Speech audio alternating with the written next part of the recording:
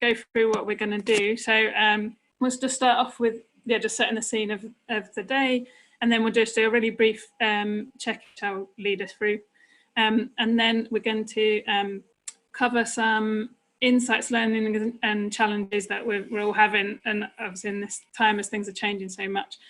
So we'll give some input from me, and Dee will give some input what's happening in Greater Manchester, and then we want to hear from your side anything that's really worked and any key challenges, and then hopefully the rest of the time we'll use to try and brainstorm and share and like problem solve any issues around that, or come up with suggestions. So, yeah.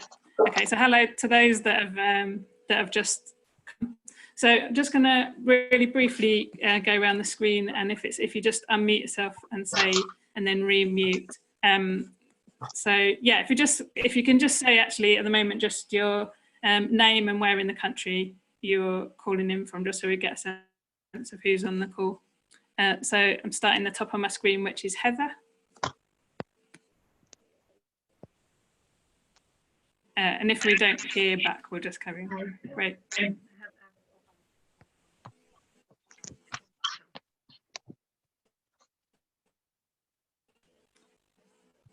Can't quite hear you, Heather. Is that okay? We have to leave that one. Nicola. Nicola Bad. I'm Nicola from the Pavement magazine. Great, in London, yeah. Thank you. Yes, in London. Thank you. Sue Beechcroft. Hi, I'm Sue Beecroft from Cambridge area, working with Chris from Great. the City. Thank you. Joanna. Hi, I'm Joanna from Reading, Reading Borough Council and Street Support Reading. Did that work? Thank you. Rachel. Yeah, it's great. Rachel. Hi, I'm Rachel from Groundswell, based in Manchester, but we've got sort of services Newcastle, Birmingham, Greater Manchester, Dublin, Cornwall, London. Brilliant. Thank you. Chris. Chris Jenkins from Cambridge, soon to be Cambridgeshire, running Street Support Cambridgeshire, and It Takes a City, which is the response that we're making to homelessness across Cambridge. Thank you. So,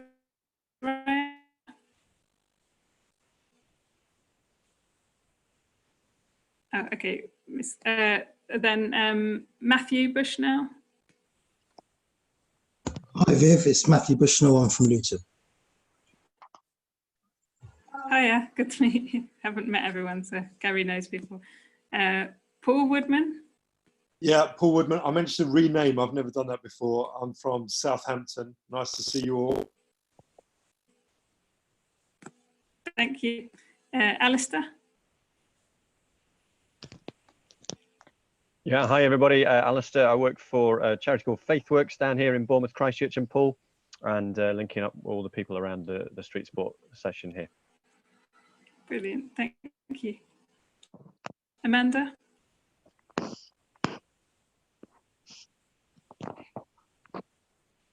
Talking to myself there. Good morning. Amanda from Reading, from the Bedford Night Shelter. Did have to shut early, but still looking after some of our clients from afar. So, morning, Joanna. Thank you. John Catt. Hi, yeah, John Kerr. I work for the Ministry of Housing, and I'm based in London.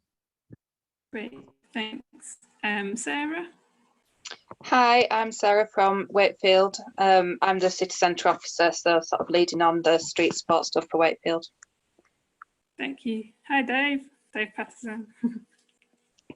Hi, Viv. Yeah, just Dave Patterson, Leeds Homeless Charter and Street Support Leeds. Thank you. Christella. Is that right? Oh. Hi. Can you hear me? Just about, yeah.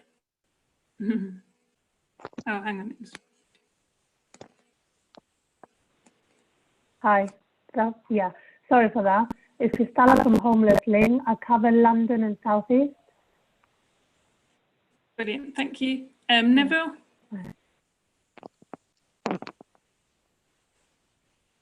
I'm Neville from Merseyco Housing Association in Luton. I'm part of the COVID task group in Luton. Great, thank you. And then, yeah, I'm not sure name. I've got Amal Hotra is the name on the phone. Okay, it might be that we can't do that one. Louise Digby. Hi, I'm Louise Digby from Blackpool Coastal Housing, working in the emergency hostels. Great, thank you. And then Sireya Jeba. If you can help me with names if I pronounce anything wrong as well. Hi, can you hear me? Hello? Yeah. Hi, yeah, it's Hi. correct. It's Saria. I'm from Homeless Link. I'm based in South Yorkshire and I cover the north of England. Okay, great. Thanks, everyone. It really helps to get a sense of what kind of mix of locations we've got here, or who knows who. So thanks. Okay, and Arjun from Red Cross in the Thames Valley is put on there as well. All right, so yeah, what we were going to do is just give a bit of an overview of where we are in GM, and then open the space for whoever else is up for sharing their own experiences and learning so far. So yeah, to give a bit of context, yeah, obviously this situation is changing every day, and what we say yesterday or today is going to be different tomorrow. That's what we're finding anyway. And the context in Greater Manchester is that we've got a few years in of these relationships being set up. So we've got a kind of structure which includes the strategic leads in homelessness in Greater Manchester, and then especially in Manchester, but some of the other boroughs. We've got sort of a homelessness board or task force, which includes health and housing, representatives from the VCSE and faith sector. And then we sit on that to be the link really to the voluntary sector and the businesses and public. So that was already set up and the relationships were there. Obviously, during the coronavirus, the emergency task force set up for that includes some of the same people we're already working with and some new people. And so our key role in this has been what we set as our goal was that obviously it became clear that avoiding harm or avoiding any isn't necessarily realistic during this, but we had a really clear intention of reducing harm wherever possible. And then the other intention was that the people experiencing homelessness are not more impacted by this than the general population. So we had that as our intention, to make sure that wasn't forgotten. For the emergency task force and for that strategy that's particularly about around homelessness, and we're making sure that a group of us feed in key concerns and feedback that we're hearing from the people on the ground around homelessness, and making sure that's taken into account with the overall coronavirus strategy. So that's been really, really important. And it's been set up probably like most people with different bandings of people. So we've got a band of Group A was about people that are currently rough sleeping or in shared emergency accommodation, especially night shelters. So to get all of them into single unit accommodation. And then two other bands of people. And then we've added a fourth stream, which is about move on and looking further ahead. So really realizing that when we're looking at the crisis response, the same people haven't got capacity to look what's coming a few months down the line. So we've got a separate task force for that. So it's sort of using existing relationships, but setting up a new structure, which I'm sure mirrored in a lot of your work. So I'm going to get Dee to run. Then what's happened for us is we've always been part of coordinating the response, getting the feedback from the grassroots into the strategic people, and then then the information from the strategic setting down to the grassroots, and kind of completing that loop that doesn't always happen, and then clearly communicating information to different audiences, so out to the organisation, but then out to businesses and overall. So we were asked to help with the coordination, and especially this kind of rapid response coordination that the voluntary sector is often quite good at, and we've got sort of a good basis for, because we've got an overview rather than running a particular service. And the public sector are not necessarily set up for that rapid response. So yeah, so Dee's going to go through a few of the specific things we've done, and then in case that's useful to hear, and then we'll start opening up to the other location. Thanks, Dee. Thanks, Viv. Hi everyone, it's so lovely to see a kind of national army of people linked into street sports. So really lovely to meet you all. And sorry for the slightly obnoxious headphones, but it's the best way I can hear on these Zoom calls. So as Viv sort of said, I'm going to focus on kind of what our role has been within the Manchester response. So a lot of that is a focus on sort of centralising coordination and centralising communication, and encouraging public support and sort of channeling that to the right places. Something else that I think, you know, we do quite well is being that kind of independent or neutral bridge or contact point between the charity sector and the local authority or GMCA. So one of the first things that we did was do a very quick ring round of all of the charities and write a kind of live blog on street support of what items and what support they need. And that we've updated kind of week on week with new priorities, and that's been promoted on lots of different channels and to lots of different business networks, but our main sort of traffic has been from social media. We also held 2 kind of open Zoom calls with charity partners across Greater Manchester, and that was to get their input and feedback that we could then sort of channel through to that strategy that Viv introduced. We also already have set up a Greater Manchester Homelessness Action Network mailing list. So we've been using that to kind of try and get through the really key information to the partners. As I'm sure we're all experiencing, there's a lot of information out there at the moment, so we're sort of trying to collate you know, the things that we feel are most important or most useful, and sort of sending out communications to our network through that mailing list. And I've been trying to just keep in touch with charities in an informal way as well, so again, phone calls or just checking in with people so we get that feedback of what's actually going on and what they need. Something else that we've done is write another street support blog which focuses on funding opportunities. So there's been lots of new funds that have opened up nationally and locally to sort of offer emergency response for charities. And again, we've tried to make that easier by sort of centralising it and promoting it in one place. And the last area of work that we've been looking at, which probably has been the sort of biggest in terms of hours that it's needed, is the coordination piece around the sort of receiving of donations and distribution of those donations to where they're most needed in Manchester. So there's a lot of detail that sits behind all of those, but they're the kind of headlines that we've been looking at so far. Great, thanks, Dee. And I'm just going to quickly just share my screen quickly just to add to that. How that sort of has appeared on street support for us. So one thing we've done is just to add like a new strip to allow people to get to that key information for right now. And we're doing some further updates just to make sure people know that the services that normally run aren't running, and just in case anyone hasn't picked that up, which I'm sure they will have done. But the key information we've been putting together is for each location has this, and obviously we know more about what's going on locally in Manchester and GM, so this might be more full, will have more information in it, but that capacity is available on every location, and James is able to help with that. He might have already been in contact. So there's a few things that come off of this. So we originally, one of the first things we did was get together these sort of like opening times, which are changing all the time, and knowing that that's sort of less relevant this week than it was last week, because most services have had to close. But we've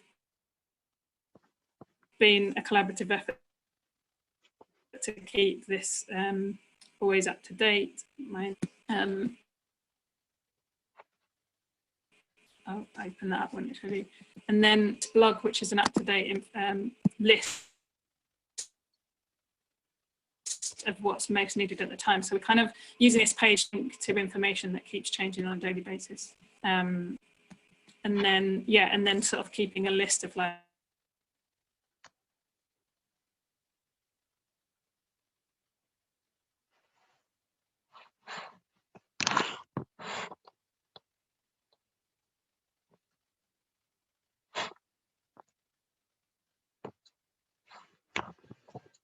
You're on mute, Viv, sorry.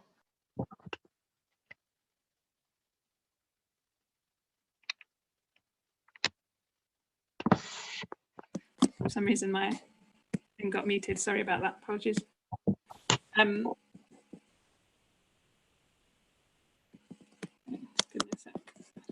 Screen share back.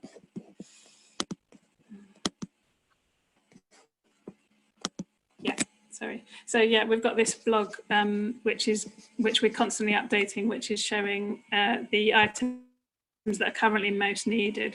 There's quite a lot on here, but this list we're going daily updates from the sector of what's most needed, and then they all come into us, and then there's a triage process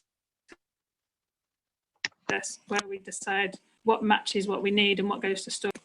Street support, yeah, a kind of oh,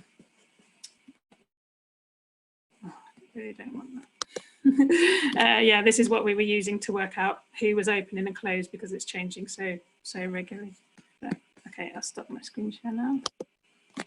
Yeah, so it'd be great to hear from the other locations. So if you've got something that either you're doing locally that's you know, the same or different from that and is working well, or a key challenge that you would like us to collectively try and come up with any answers to, it'd be great to hear from different locations, just get a sense of where you are. So maybe if you can raise your hand if you've got something to add, if anyone's willing to go first. And if you're not on video and you want to talk, just you can put that in the chat. Also inviting any questions from what we've said already, if that's useful.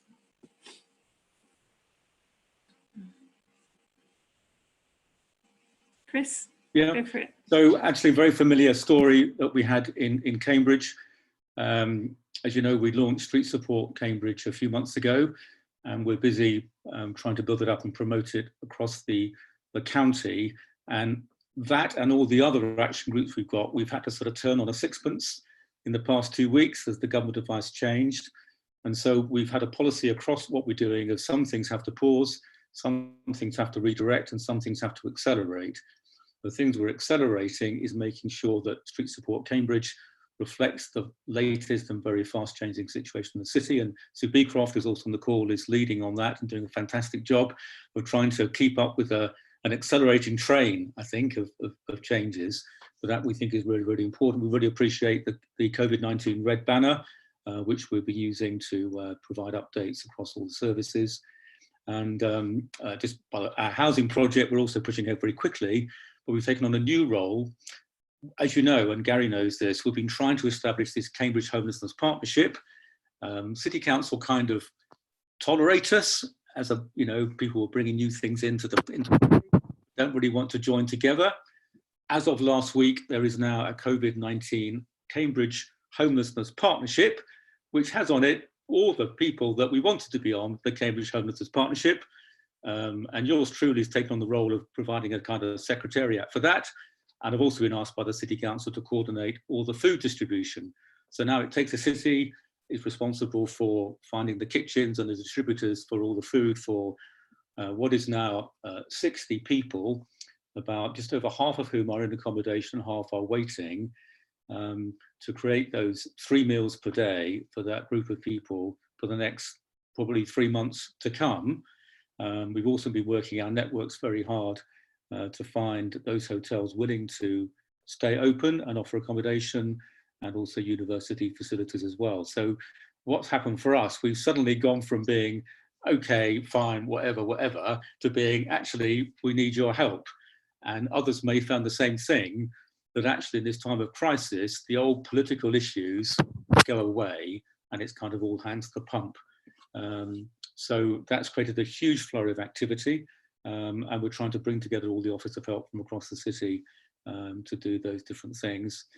We're also quite connected with all the other side of support. The non-food is all the distribution of scripts, of medication, of post and laundry, and all the things that we all take for granted. If you're in a hotel room, you have nothing apart from a kettle, and we provided the cool box, so you can have some milk as well. So all those things, and as the weeks go by, all the other things need to happen as well. So with the help of the local daycare centre and the assessment centre and the outreach team and the Church's Homeless Project that I'm also part of, this Winter Night Shelter, we're actually in the interim providing a whole bunch of support, and we're trying to regularise that within another subgroup of the Homelessness Partnership in order to deliver what people need to sustain their lives in a very, unsuitable place, at least not on the street for some time to come, with all the attendant difficulties of having, in one case we've got 19 people in quite a small bed and breakfast. That's going to cause some issues.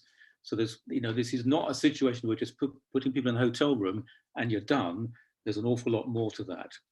What we have, of course, we've ended rough sleeping due to homelessness, which is quite exciting, but maybe not forever.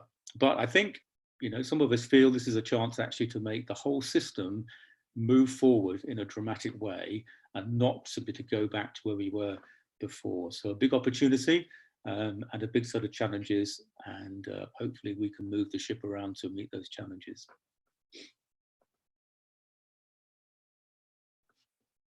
So any questions? But I think that's enough.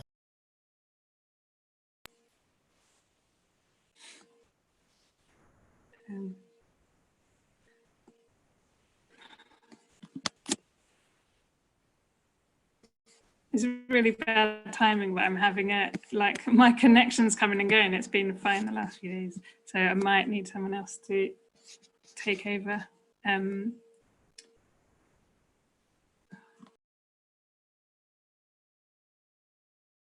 Could I, from Bournemouth, Christchurch and Poole, just sort of jump on the back of what Chris has just been saying with a couple of things? Yeah, thank you. It was I could hear, but I can't seem to speak in time, which is very frustrating. Thank you. Yes, please. Yeah, sorry. Hi, everybody. So down here on the south coast, this is obviously some familiar stuff.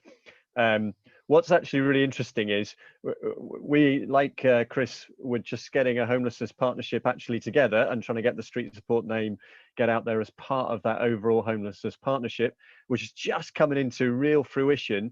Actually, the benefit of having those partnership relationships has been the thing that has enabled us to move quickly into a COVID response. So there, each week now, there is a core group of people from council and health and the voluntary sector who have 2 meetings a week. And then in between that, there is a wider forum meeting. These are all on Zoom for people who may be involved in other elements of supporting those who are rough sleeping or vulnerably housed. And that what that means is that questions, so the core team can go, right, we need to respond. So last week, as everybody knows, get everybody inside. So St Mungo's, who the local folk, got 107 people inside. Interestingly, the street count the week before was only about 50 odd. So there's quite a few people who got, I don't know whether others are finding, but quite a few people who were vulnerably housed have got into this arrangement. What has followed on from that now is, because we then send a weekly briefing out to everybody in the partnership, they were just sort of the key points on it.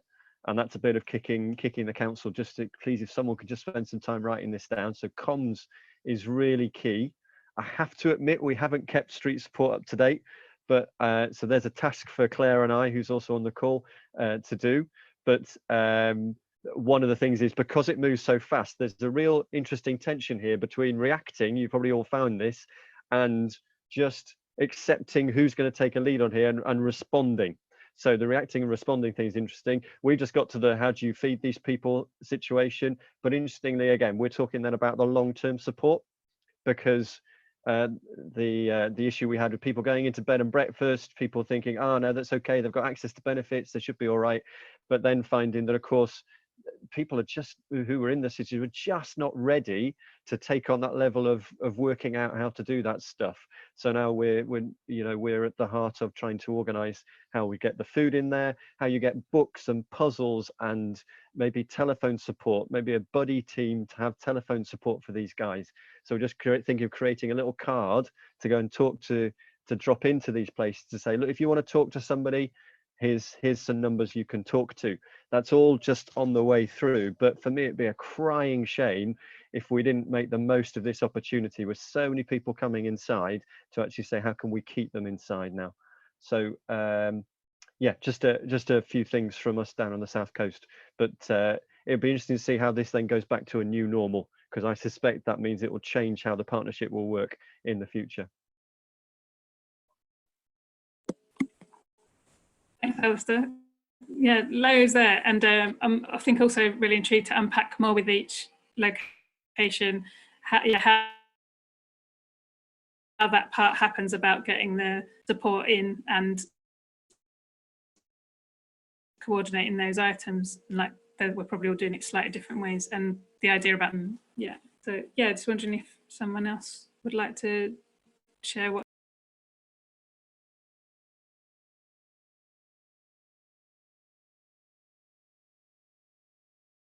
Paul, would you like to speak? I don't think Viv can see the video at the moment, but if you unmute yourself, that would be great. Thank you. Thanks, Dee. Yeah, it's strange. In Southampton, we just held a summit on homelessness just about a week before the lockdown. So it was great. We had everyone in the room, 70 people, linked up some funders with charities. We had a really phenomenal sort of evening, but we knew that some sort of lockdown was going to happen, but not to the extent that we have. So as everyone said, it's then a huge reaction, isn't it? Closing down some of the services that have been running for 10, 20 years was quite emotional for some of our charities. Soup Run that our church has run for 20 years, closing in that sense. And then partly because when you deliver those services, everyone, however much you try and do it with 2 meters distance, it never is it? Everyone comes in close. So we've scaled back all the food projects that have been running, and we're now doing 2 daily run-outs with food to people in Southampton. But we still have people sleeping rough, so not everyone's been moved into bed and breakfast and hotels. So it's not happened yet here. So there is a move, and that's up on the council's website. That's what they're doing, but it's still not rapid enough. So I've had a few headlines just locally, just calling on the bed and breakfast, hotel things to happen faster, which I think if we didn't have the partnership, no one would ever speak to me again. But I think because of the goodwill that's built there, it's probably okay to challenge the authorities at the minute, and people are still talking to me. So we've done a local campaign as well, just for supplies for people who are homeless, just a just giving thing, and that has been a good response to that locally, raising money and supplying some basics, some warm clothes and sleeping bags and things like that. But I think what you've done in Cambridge and Bournemouth is a couple of steps ahead of us. So thanks for your example. It's me. Thanks, Paul. Is there anybody else who'd like to share? Matt? Hi there all. You're all right? So Matthew from Mary Seacole Housing. I'm the chair of the Luton Partnership. I work with Neville there, he's somewhere there. Anyway, so what we've done is much the same as you guys have done around the country. Perhaps one thing I haven't heard mentioned, what we've done, because we have at the airport near us and quite a few schools have closed, we've kind of put out an ask from the local authority to see if there are any working professionals with enhanced DBSs that would like to volunteer or be inducted as contingencies in case we have low staffing, not so much as support, but really more of a concierge type role, so that we can get a bank of volunteers with enhanced DBSs that can work across the local sector if we need. Other than that, the partnership and the local authority, fortunately, are really behind street support locally. So they really see the value of the website when they need to. And we're using it to individually ask people about how they can give to the individual organisations. So specifically in the what do we want tab on street support, we've actually put what each organisation wants so that they can specifically contact that organisation directly. So for instance, at some of our services with women fleeing domestic violence, they've asked for things like nappies, board games for children, so they can contact them directly, because we don't actually have someone that is full-time coordinating the donation part of it down here. But other than that, we're all very, very positive.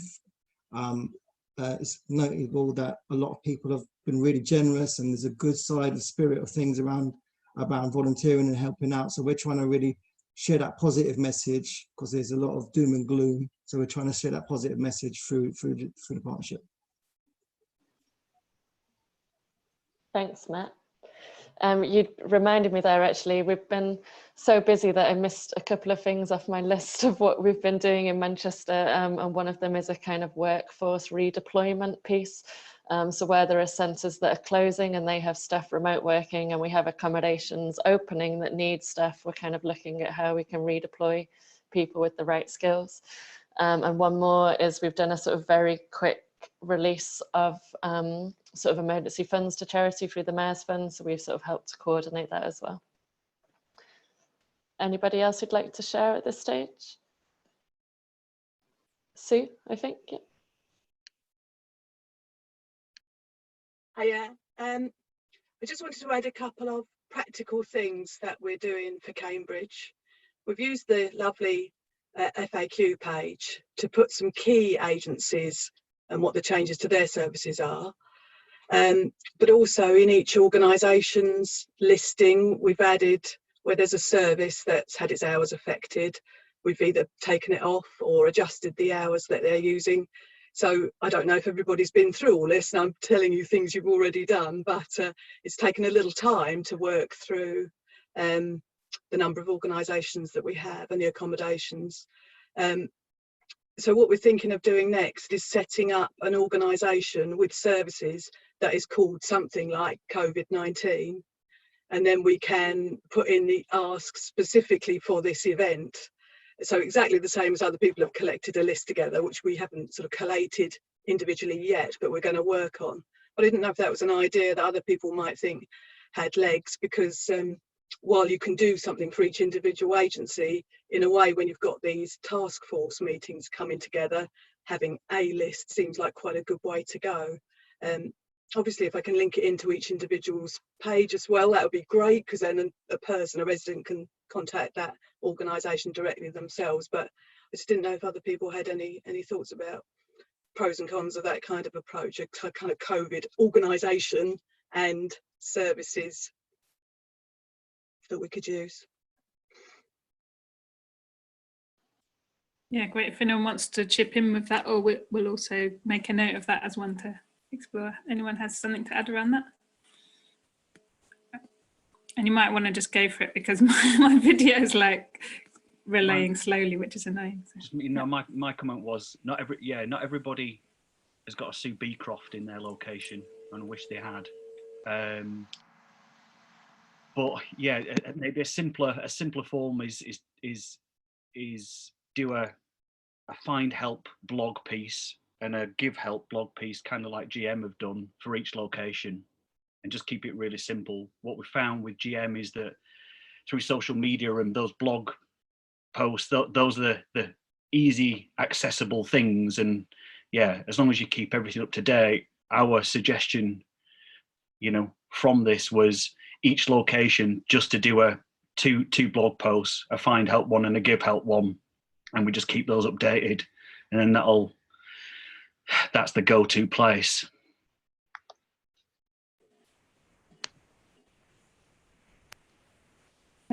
Cool. So I just wanted to invite as well, if anyone wants to, as well as what's working, if anyone wants to kind of raise that key issues or challenges that they're having that other people might have some response to. And I see Ian saying, want an update from Blackpool from Ian. That would be great. Can't see you on the screen, but please go ahead. We've got Leeds, Blackpool, Wakefield. Like to hear from all of you. Yeah, so should we do Blackpool, then Leeds, then Wakefield. Hey everybody, can you see me? I can now. I was just on the other screen. Yeah. I can't see me, so I've no idea what I look like, which is probably just as well. So yeah, hi everyone. This is really good to do this. There's been several of these that I've been involved in over the last week or so. And I think it's really good to keep in touch. So what we've done in Blackpool, so outside of my projects, I run the Fulfilling Lives programme, which is one of 11 that are left across the country. There's one in Manchester as well. I know you're just talking about the GM perspective there. And what we've done in Blackpool is the council have set up a website in partnership with the local food partnership and also the homelessness partnership, which I chair, a thing called Corona Kindness. Now, I'd like to take credit for setting that up. I haven't, but it's basically a local community, and there are going to be hubs across the town that are going to be involved in distribution of food parcels, trying to help arrange where people may need lifts. Obviously, the social distancing thing does call into question how to do that safely, but there's always a safe way to do things, well, most of the time, or to reduce the risk. I don't think anything can be absolutely safe at the moment in terms of transmission of the COVID-19 virus. But as well as those sort of partnerships that have been taking place in those hubs, the local food partnership had a campaign as well to donate food, and have got extra capacity in for storage, etc. And we're also looking at halls or large buildings across Blackpool that are currently vacant that can be used to observe social distancing to help to bag up food, so delivery parcels. One of the challenges we've got with our clients at Fulfilling Lives, because we work with the most disadvantaged, multiple disadvantages are called, is that quite a lot of the time, wherever they're staying, they may only have literally access to a kettle. So, apart from giving fruit and things, if you give tins out, it's no good. If you give out, frozen food, it's no good. Or anything that's perishable, because again, people might not have access to a fridge where they're staying. So it's literally just dry goods, so things like pot noodles and things like that, as well as fruit that will go in some of those parcels. But all of this stuff's really good and it really helps. And I think the announcement last Monday was sort of preempted it as a colleague that was speaking just before about sort of locking down before lockdown and knowing that this was coming just by watching what had happened elsewhere in the world. And also he's talking public health. So I stood my team down just over 2 weeks ago from any attendance at the office or any face-to-face work, unless it was absolutely necessary. And also some of my team with underlying health conditions have been stood down from any face-to-face work whatsoever. And those that haven't got any underlying health conditions, even if they've not had a letter from the government, those that we know have had previous health problems that may affect their immune system or their respiratory system, they've been stepped down and just doing telephone work. And I think the challenge is for all of us is to get things in place that work and that help to coordinate and don't add more confusion when it comes to distributing food and making sure people know what services are still available. That's the first thing. Balanced with making sure that we protect the good mental health of people who perhaps have gone from doing a full-time busy job to suddenly maybe doing a couple of hours phone work a day and then having to fill the rest of the time constructively. Oh, by the way, you can't go out anywhere. And that I think is absolutely necessary, of course, but I think that's one of the challenges for us and for me in terms of having a team of 30-odd staff is to make sure that they're all busy. And we're doing things like this. We're doing webinars, we're doing morning flash meetings that we're doing on WhatsApp, on a WhatsApp group, and then a weekly video call. And I'm involved in 2 other calls as well every week, video calls. And it's just about keeping in touch with people, really, isn't it? Thanks, Ian. Yeah, and that, to really hit those sort of common themes of how we coordinate right now the food. We've got welfare packs as well, and the sort of how we do non-face-to-face support. And yeah. I think that's all developing with all of us, and maybe as we're finding things working, finding ways of sharing that with other people. Yeah. The other challenge as well, just before I close, sorry, just thinking about it, is that in Blackpool as well, they've converted 2 of the hostels into units for self-isolation for people who are homeless or have no fixed address and can't self-isolate. And they're also looking at another unit as well. And I think the challenges from an early pilot that was done last week is around, we've got to recognise that there are people that are going to be staying in those buildings that have got extremely chaotic behaviour because they're drug dependent, alcohol dependent, and you know, it's just a real challenge to try and get the message across how important it is to self-isolate, because the priority isn't always to make sure we don't spread this illness for that community with the best will in the world. A lot of the time their focus when they first open their eyes is where they're going to get something from. And I think we just need to, you know, be interesting to see how other areas have sort of managed that. I mean, we're looking at trying to get prescriptions in there for people that are dependent on opiates or other drugs that methadone can help with. But yeah, that's just the thing that I think is going to remain a real challenge. Yeah, if I can jump in. So what we'll do is we've got said Leeds and Wakefield, and then we'll also get, I know that Health Now and we can either Rachel or we can share some stuff on. There is some guidance about how people are doing scripting and guidance on getting medication. There's an alcohol protocol as well that's come up with. And then John Kurt's also on the line who can share anything that's come out of like a national level as well. So we've also got Reading and Chester, I think, on. Okay, so yeah, so maybe if we stick to some key points, just knowing there's about 6 people there to speak. So yeah, called Leeds. Hi, thanks, Viv.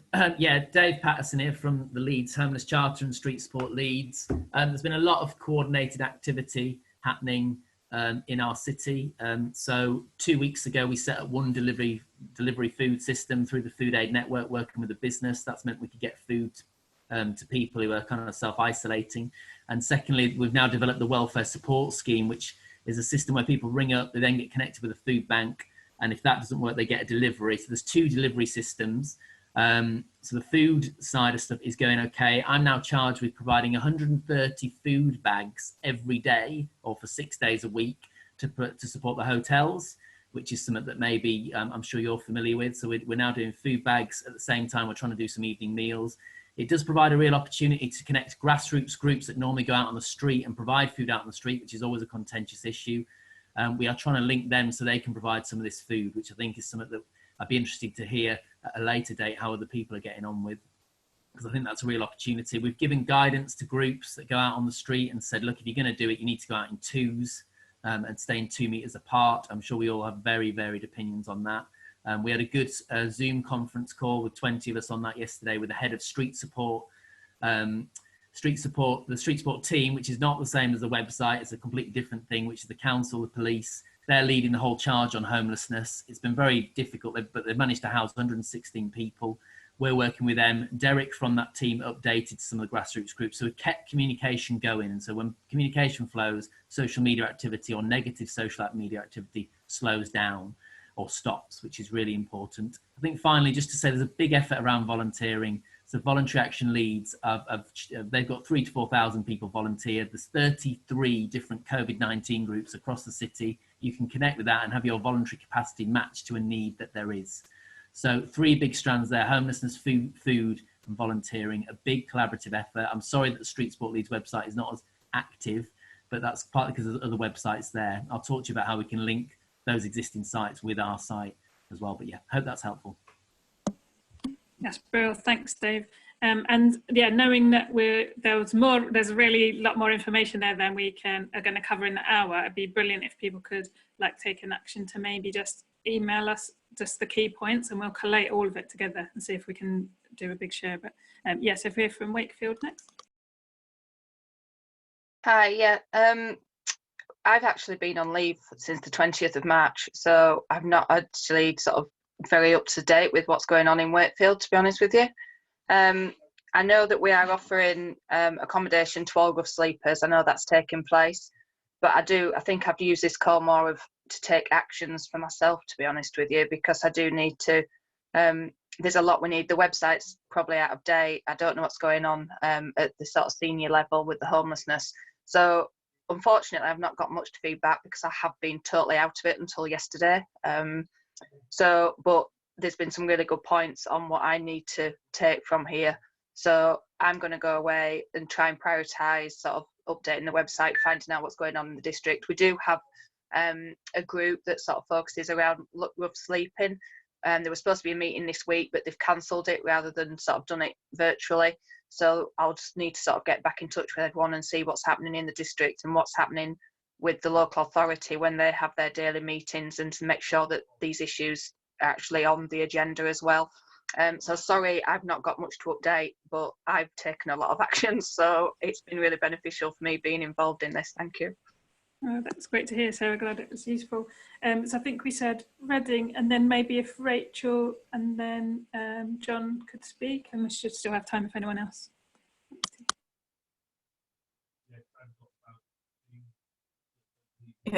Reading. Hi everyone. Again, it's great to meet all of you.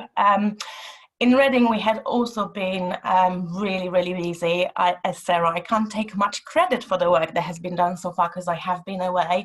But I think, like other locations, we had also kind of foreseen this lockdown. So we've used the lower temperatures over the weekend on the 20th of March, and we actually called a SWEP. So we had at that time placed all the non-RAF sleepers into emergency accommodation. Now that we have our proper COVID-19 response out there, this has superseded and basically take over, and anyone that had been in SWEP is continued to be accommodated under COVID-19 response and emergency accommodation. We have placed well in excess of 100 people in the last 2 weeks.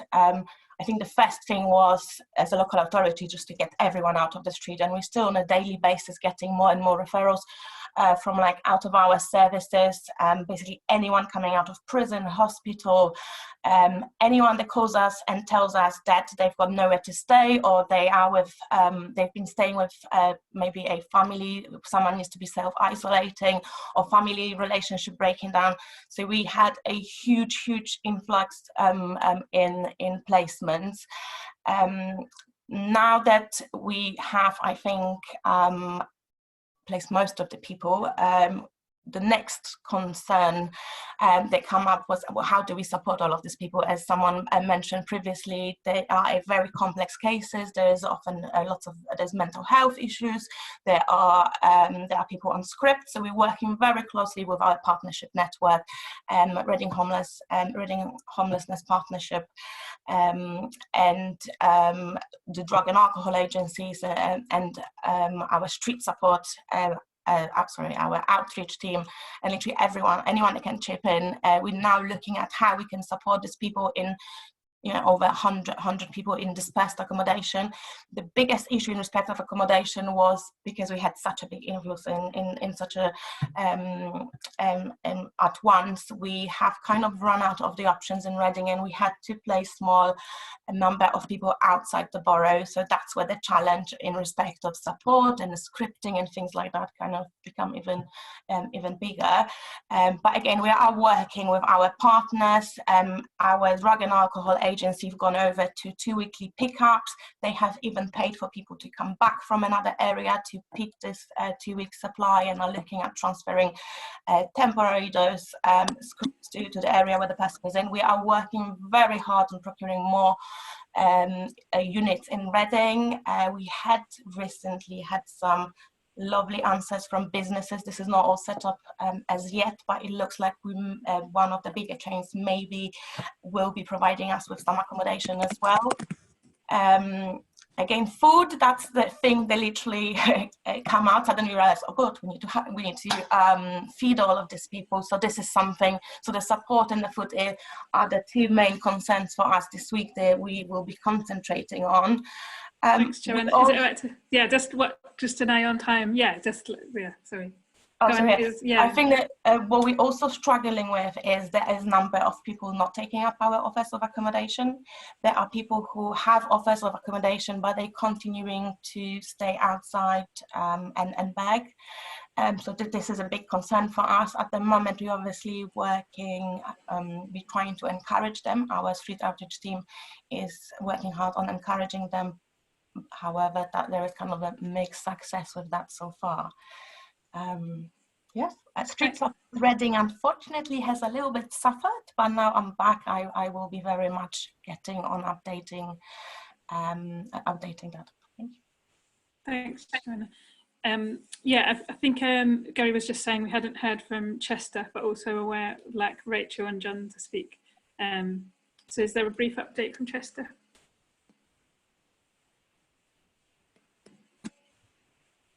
Okay. Hi Viv, can you hear me?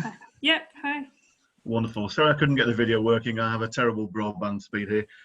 Just a very quick one from me, really, just to say that we're doing a lot of the things that, of course, everyone else would be doing.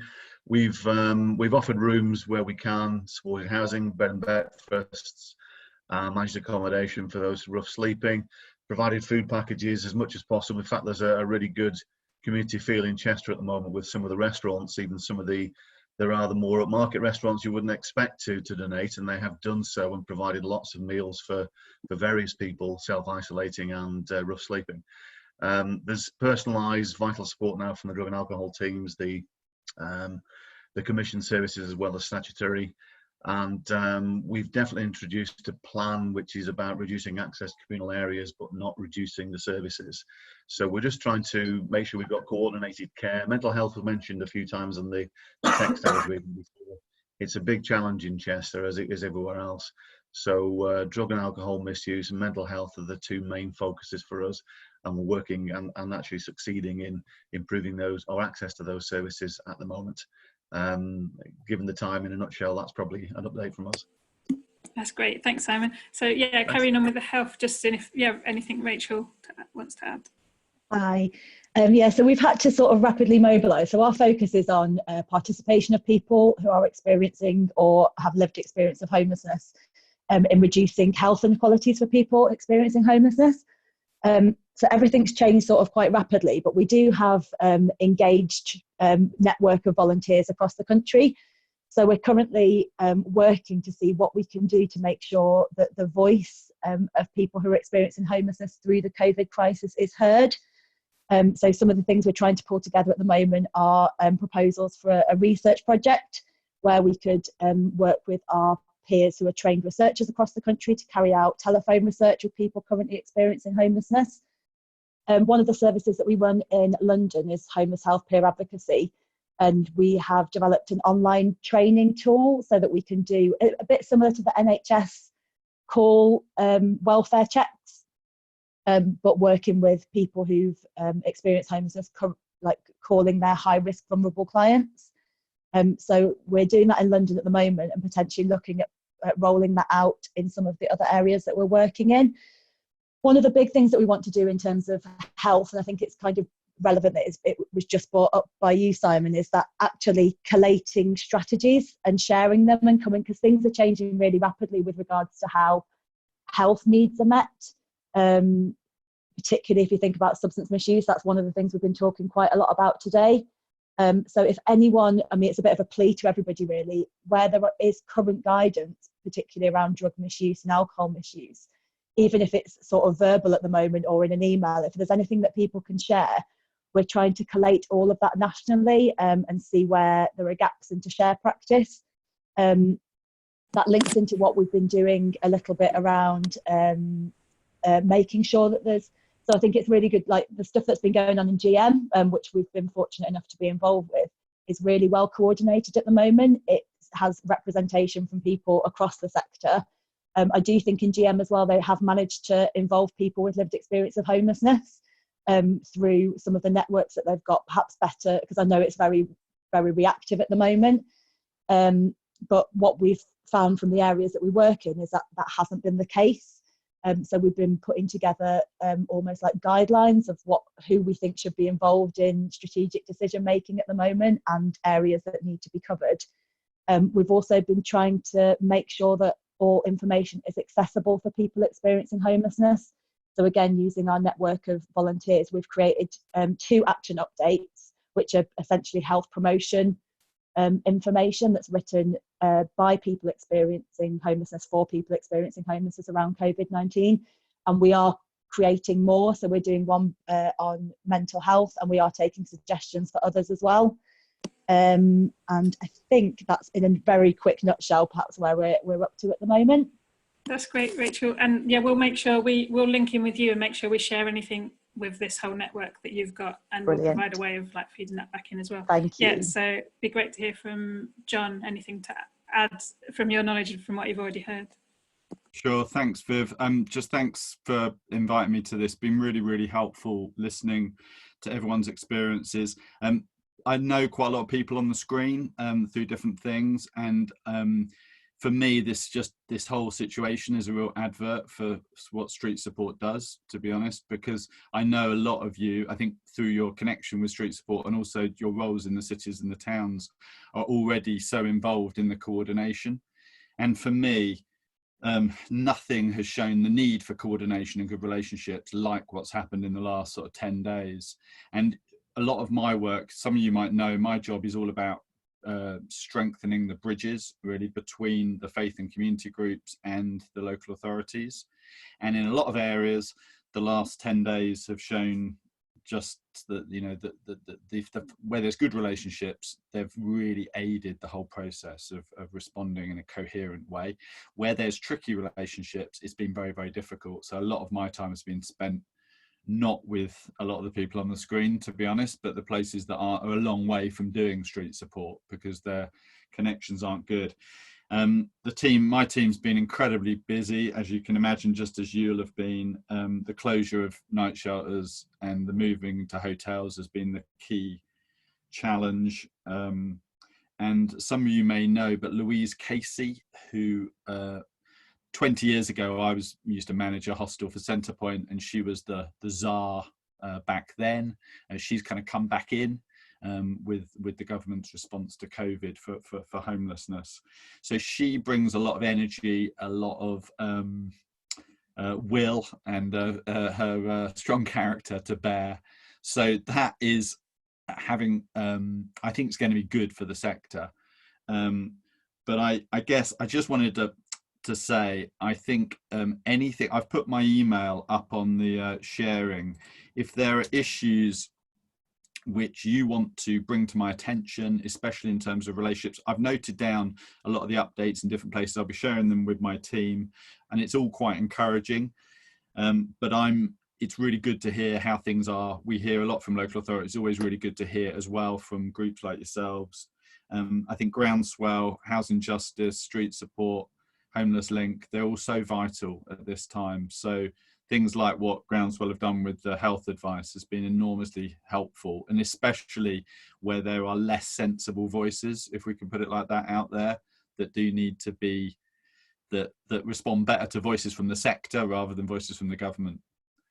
So a big thanks from me for all your efforts, and do come back to me if there's anything you want to specifically share. Thanks, John. And yeah, we'll make sure like everyone's details are shared. I just wanted, I think Dee had another quick point, and I wanted to just get a quick show of hands, like what other locations have moved people into hotels and are now needing to manage services from hotels? Is it just Manchester and London, or has anyone else got that same? Okay, so there is, okay, so it is more of a common, because obviously that's very different. And a key thing we're having is that like the redeployment of the workforce is something that is a good like plan, so like getting volunteers and staff in, but those community faith and community groups aren't able to take on liability for a whole building. So having someone from the combined authority or local authority is willing to get the insurance set up and say that we're overall responsibility for escalating problems to, then has enabled the whole rest of it to work. But that's our key blocker at the moment. So the sort of workforce and the food and the welfare packs can be sorted, but not, you need someone to say we'll be liable. So that's the issue we're seeing. Dee, just getting your last point. Thanks a lot, Viv. Yeah, there's so much that's been said, which is kind of, really mirroring what we're trying to do here. And I actually think our sort of initial response as a homelessness sector nationally has been really impressive. I think we're in a really good position.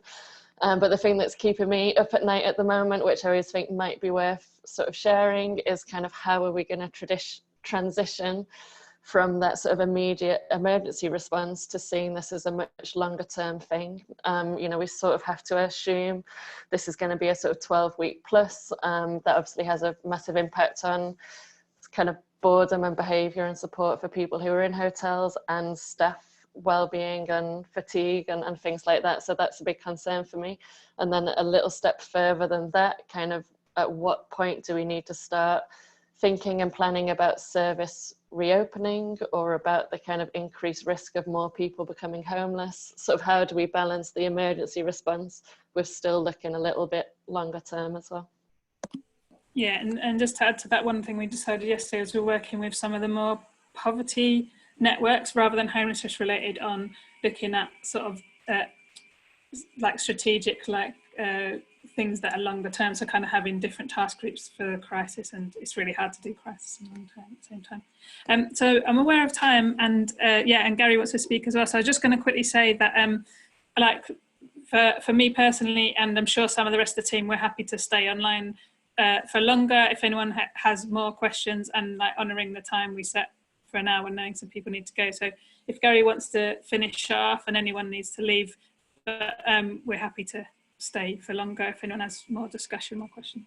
Gary? Thanks, Viv. Yeah, the old Nanny McPhee question. Some of you might know this. Yeah, we want to be needed. We need to be needed. What do you need? Please, and I know you're doing your own stuff, Alistair, at a great pace, and you know, getting all the information on the website so everyone can access it. You know, we can do all that. We can help you do it if you can't do it. We're only a small team, but you know, we can turn stuff around. Listening to Dee yesterday to do a GM though, you know, about the massive amount of noise, just picking up a few things yesterday was for us to keep things simple. You know, it's all about keeping those simple things updated. And being careful of not to rush in to do loads of new stuff that just adds to noise and more new. I think some really simple things that we can do that work, as I've mentioned, and we'll follow it up, is a find help blog update for each location, a give help blog, what's urgently needed for each location. I think what we can also do is have a more kind of centralized social media. Graham's on here. We've also got Paula. But, you know, really our social media is a lot about Manchester and Greater Manchester. Well, it can ask for needs and can push out properly as a network, as a national network, and ask for your needs as well.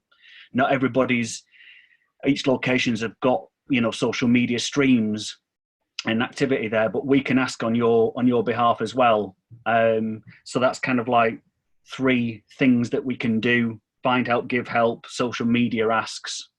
But please, we're here. You're all stretched. We can help. Tell us what you need, and we will stay. Great, thank you. Yeah, and so yeah, I'm like really encouraged. Yeah, like bold requests. So I think that's what happened in the end with the GMTA, because the relationships, they're just like, we need help coordinating. We can't handle the volume. Can you help us? And so we might have to say no, but we have got some capacity in the team to, and this is what's needed right now. So bold requests are really welcome. Yeah. So yeah, saying like if anyone needs to go, bye, but we're still here, and we can carry on the conversation for anyone that wants to. Like, can see Christella, I think, has had a hand up. Thanks for the meeting, guys. Gonna have to go. Take care. Cheers. Thanks, Dave. Oh, we can't hear you, Christella. You're unmuted, but we can't hear you. I have to go, I'm afraid, but thanks for the meeting. It's brilliant. Thanks. Hi, well, I sadly have to leave as well, but thank you very much for inviting me today. Lots of bye. See ya. Yeah, same here, but all the best. Thank you, guys. Bye, Jen. So I think I've sorted it. Sorry, just very quickly. So thank you for sharing all the information. I noted down quite a lot of good practice and was needed as well to share with our networks. I just wanted to mention very quickly that on our website, we have a frequently asked questions that we collate from our members or from the frontline network, frontline services that we keep updated. So we try to do as much as we can to keep everybody up to date with new changes to public health, to the government. But also we have produced a document about recruiting volunteers and helping the sector. So it's all on the website. I can share the links. But if there's anything we can do to support in terms of sharing good practice or linking services together, just get in touch with us. We do our best to support. That's great. Thank yeah, you. and if you can make sure we have all that, we can share it wider as well. Yeah. Yeah, Amanda.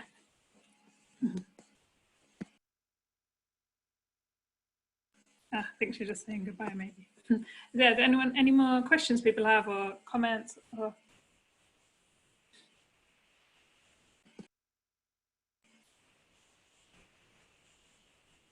Go for it, Chris.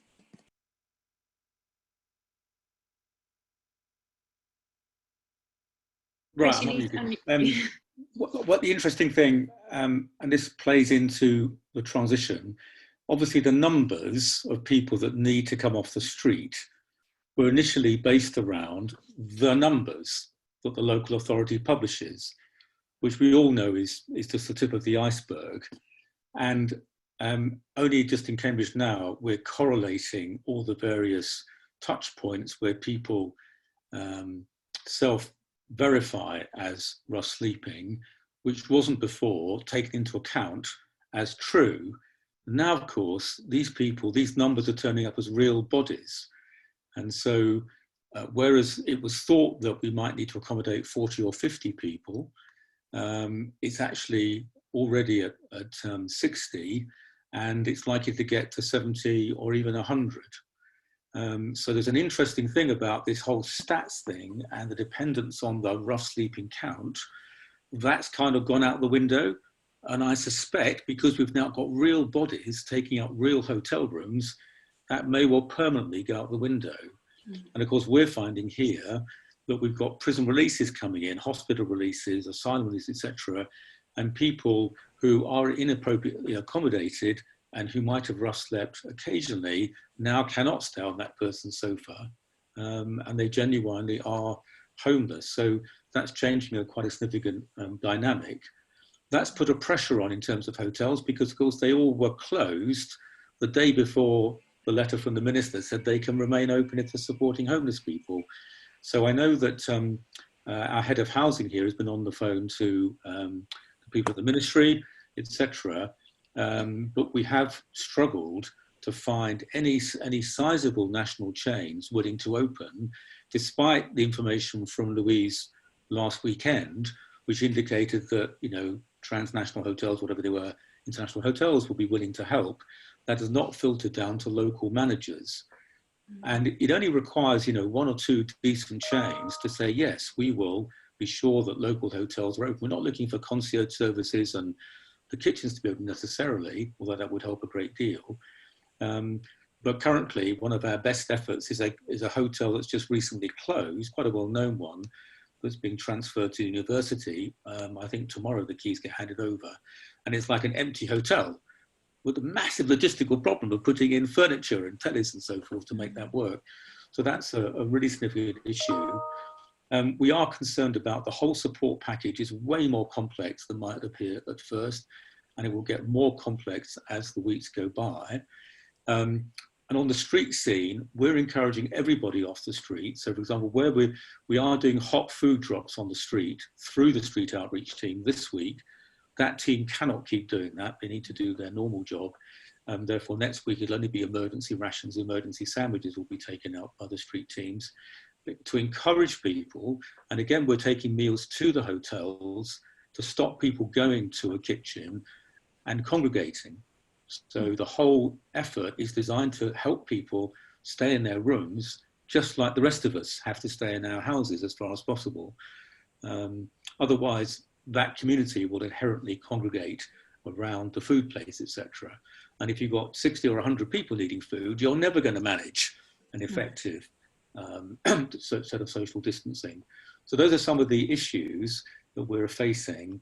But the hotel one is something, because every city has one of these large hotel chains, that could happen through number 10 and Denwy's, etc., could put pressure on to say, tell the local manager to ring up the council and offer help. That would make a huge, huge difference, because these B&Bs, privately owned, some of them, you know, one of them is very beautiful, beautifully furnished, etc. That is not going to last long. It's going to take a few incidents and the owner's going to say, I'm sorry, I can't continue with this. So I think we've got a real pressure point building up very soon. Yeah, got a few things said, and I think Dee will as well. Just to say, yeah, like another thing that's been really, really critical is that there's kind of 4 different groups that need to be triaged. So one hotel is not going to, so you need to be able to put people with symptoms in a different hotel from people without, and then vulnerable people in a different, and people with complex needs in different. So we've needed like a triage that includes like 4 different groups.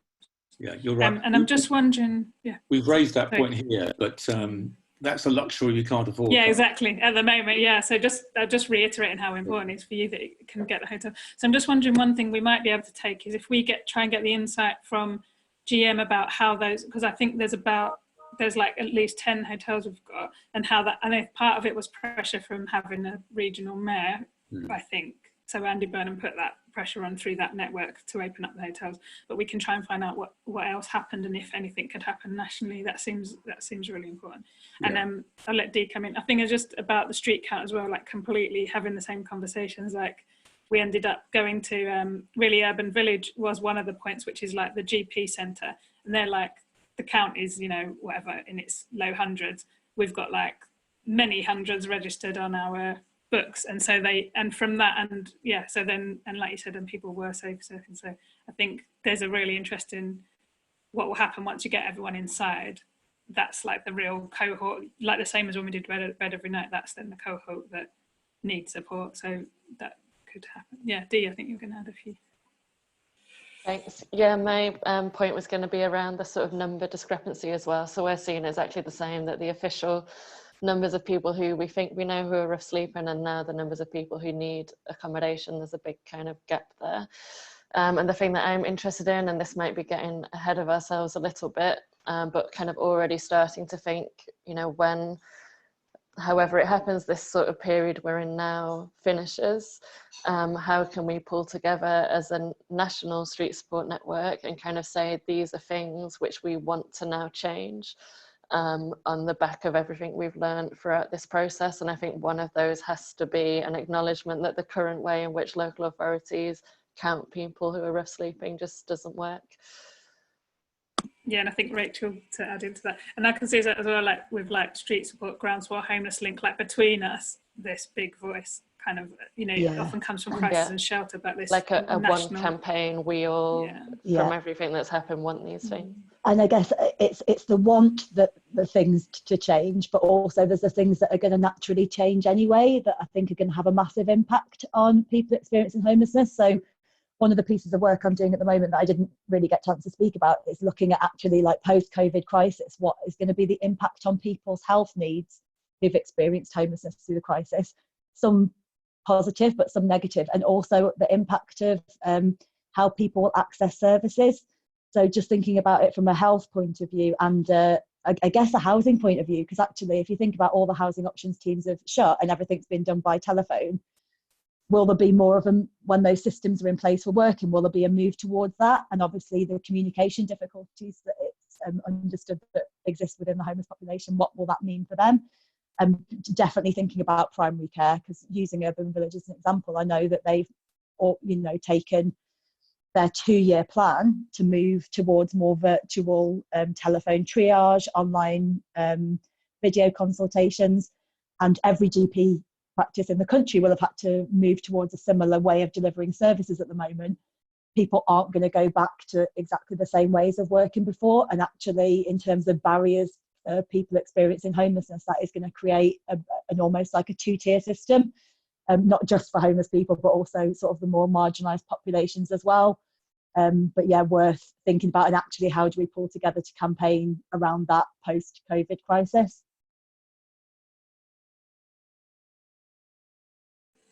Yeah, and we'll pick up that action about the hotels, because I think you're really onto something there, Chris. Like if that general directive has gone out, but that's not, and it's happening in some locations and not others, why is that? And is it just because there's a spokesperson for it that can pressure the business sector, or we'll try and pull that up. I'm realizing in my mind as well how hard it is to do crisis and long term, and the need for like some people to do each of those things. Anything else, or is that it for the day?